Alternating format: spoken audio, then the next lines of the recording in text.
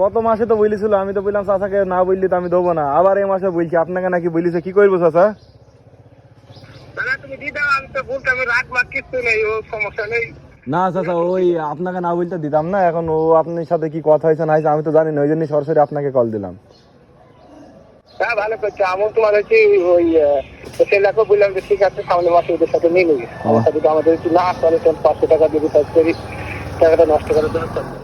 আচ্ছা ঠিক আছে চাচা, তাহলে দিয়ে দিলাম। হ্যাঁ, আসসালামু আলাইকুম। আজকে আমরা চলে আসি আশরাফপুর গ্রামে। এখানে মূলত আজকে একটা পুরাতন ব্রডব্যান্ড সংযোগ দিব। পুরাতন বলতে হচ্ছে ওই গ্রাহক পূর্বে অন্য কোম্পানির লাইন চালাইতো, তো উনি এখন লাইনটা চেঞ্জ করে আমাদের লাইন নিবে।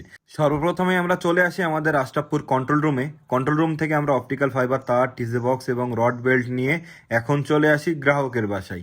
এই যে দুইতলা বাসাটা দেখতে পাচ্ছেন, এই বাসার উপরে সংযোগটা হবে, আমরা সংযোগটা দিব এই বিদ্যুতের খুঁটি থেকে। তো এইখানে এসে সর্বপ্রথমে আমরা এখানে আমাদের যে বিপরীত পক্ষ আছে ডিশালা চাচা, তো চাচাকে আমরা কল করে বলি চাচা এই এই ঘটনা। তো চাচা বলে যে হ্যাঁ লাইনটা তোমরা দিয়ে দাও।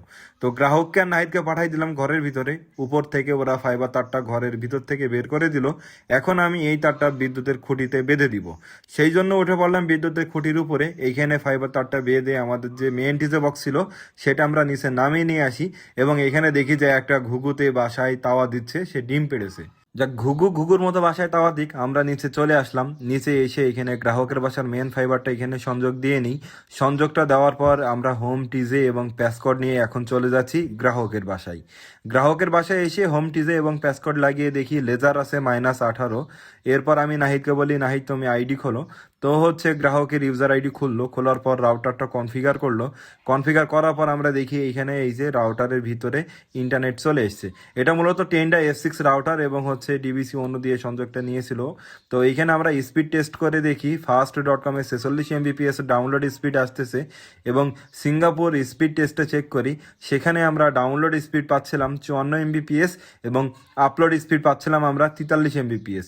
এরপর ওভি ইন্টারনেট স্পিড টেস্টে আমরা চেক করি, সেখানে আমরা ডাউনলোড স্পিড পাই 54 Mbps এবং আপলোড স্পিড পাই 29 Mbps।